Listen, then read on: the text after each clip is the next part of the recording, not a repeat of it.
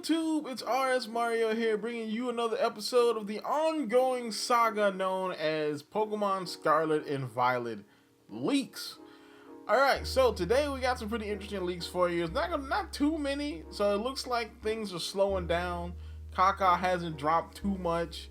Q is he's throwing out riddles, but they're like the bare bones of riddles. Like, he's not giving you anything. Well, he's giving you stuff, but he's not giving you anything. I'll say that much. He puts the information out there, but you really have to work at it to decode what he's talking about. So it looks like we're getting to the end of the leaks. So of course, if you want to continue getting videos like this from me, like, comment, subscribe, hit the bell button, do all that stuff that YouTube requires you to do to continue getting videos from me, as well as follow me on Twitter at twitter.com/rsmario128. Like my video tweet, and if you like my video tweet, I will shout you out at the end of the episode, as well as drop a comment down below to help the channel grow. Let's talk about some leaks. Alright, so we're going to start off with a little bit we have from Centro Pokemon Leaks. So Centro he starts off talking about some of the Pokemon that are and aren't available in the game. Now, I haven't really gone over this a lot because, again, like I said a couple of times on the coverage already, that I still believe that this is being leaked from a beta version of the game or a testing version of the game of some sort. I don't believe this is the full game. I don't believe this is like full retail version of the game. So the Pokemon, as far as old Pokemon that are or aren't in the game, is not final. I think that's still in flux. So I don't really want to report on it because, I mean, if it changes, then it could. I'll say this: I wouldn't report on it because it could change. He says there's not many, but not little Pokemon that are in the game, but not part of the Pokédex, home transfer only. So probably a similar amount to Sword and Shield. So far, most leaks regarding Pokemon returning or not are from the Pokédex. We don't know about home exclusive. So basically, we don't know about any Pokemon that are exclusively available. Any Pokemon that you can get in the game exclusively from Pokemon Home, or any Pokemon that are going to be native in the game, period. Again, basically, this is saying what I've been saying for a while. We don't really know. He's saying that there is a number of Pokemon that might be home exclusives, and there is a number of Pokemon that aren't available in the Pokédex currently that are now available in the Pokédex in Gen 9. There is a number of them. It's not big, but it's not necessarily small either. Which is, that's kind of vague, but that's the way it goes. And that's really the reason why I haven't reported on it, because it's kind of vague, to be honest. So then he goes into more stuff about the paradox forms. So he says ancient Salamence is apparently Dragon Dark, which they're gonna turn Salamence into daggone Hydreigon, which that's a scary thought to me. Because with Salamence's daggone stats, him getting the Hydreigon treatment, like, can we, like, look, the thought of not having to deal with Hydreigon in competitive is awesome to me, just to turn Salamence into Hydreigon. Thanks, Pokemon. That's what I wanted, you know what I'm saying? Yeah, not a punch in the face, but a punch in the dick. So let's see. So it looks like the DLC will expand on the terrestrial mechanic, and some Pokemon will have special Tera Transformations / hats that won't be in the game or won't be in the base game. So basically, yeah, I kind of figured that they would do this. They would have like think like shiny forms for terrestrial transformations. So if like the regular something in my eye. So if there's like imagine the regular terrestrial form is like okay, say the regular fire terrestrial form is the chandelier on the head, or the little candlestick holder on the head. Say there might be a special DLC version that is a torch, or a campfire, or something else that represents fire, or it might be a different color, or it might look different, which is honestly a good idea. I mean, to be honest, of course, it will be DLC or it will be in the DLC, because I've seen a lot of people taking this as like, oh, you can buy different hats. That's microtransactions. And I'm like, see, how did you look at the forest and not see trees? You looked at the forest and saw automobiles. Like, you literally looked at the forest and was like, oh, I don't see any trees.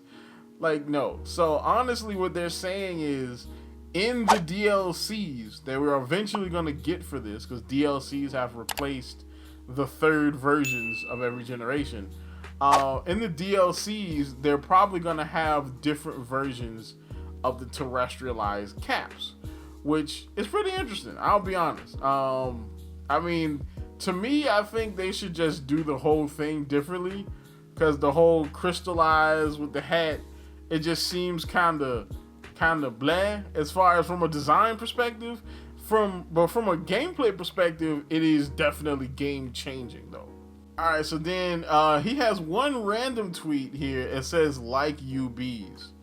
And then which I assume he means like that paradox forms are going to be similar to Ultra Beasts, as like, their stats and things like that, because Ultra Beasts are pretty powerful compared to the average Pokemon. So that, I'm assuming that's what he's saying when he means like UBs. And then somebody asked him, will the stats remain the same? And then Centro says, no, they are completely different and much higher. So I believe that all these go together, because when I was going through the thread, the like UBs thing was not in the same thread as the question about stats, but I assume that these are all connected though. And so then we switch over to Riddler Khu. So Riddler Khu has been dropping some stuff. Riddler Khu does have a new way of doing things. He has a membership. I don't know if it's like super followers or what. I hope it's not super followers. Are you paying for Pokemon leaks? If you are, then let me open up a Patreon, cuz so I can get in on that, because YouTube definitely is not gonna pay me any money. But yeah, so he has a different way he's doing it. So to the regular people who are following his Twitter, he's giving very, very vague hints, and to, I think it's like 30 or 40 other like members, he's giving more detailed hints.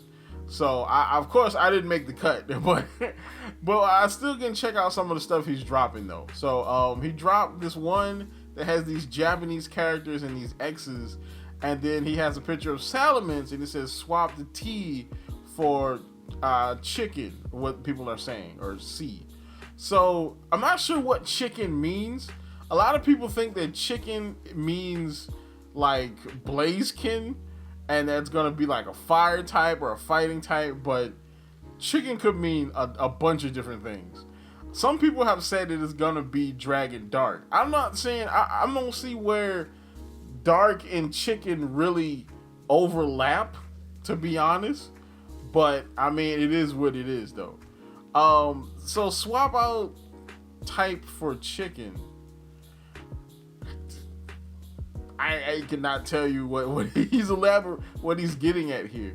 Then he dropped some other ones. So these ones are the Chinese. Riddler Khu goes on to talk about the Chinese Zodiac.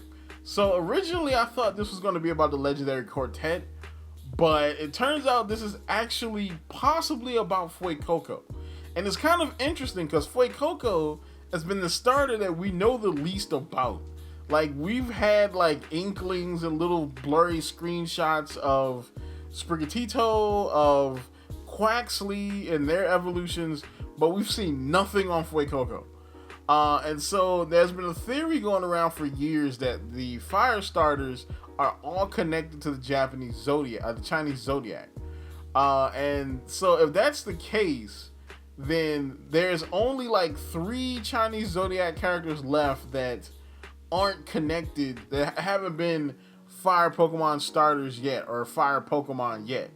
And that is Horse, Ox, and Snake.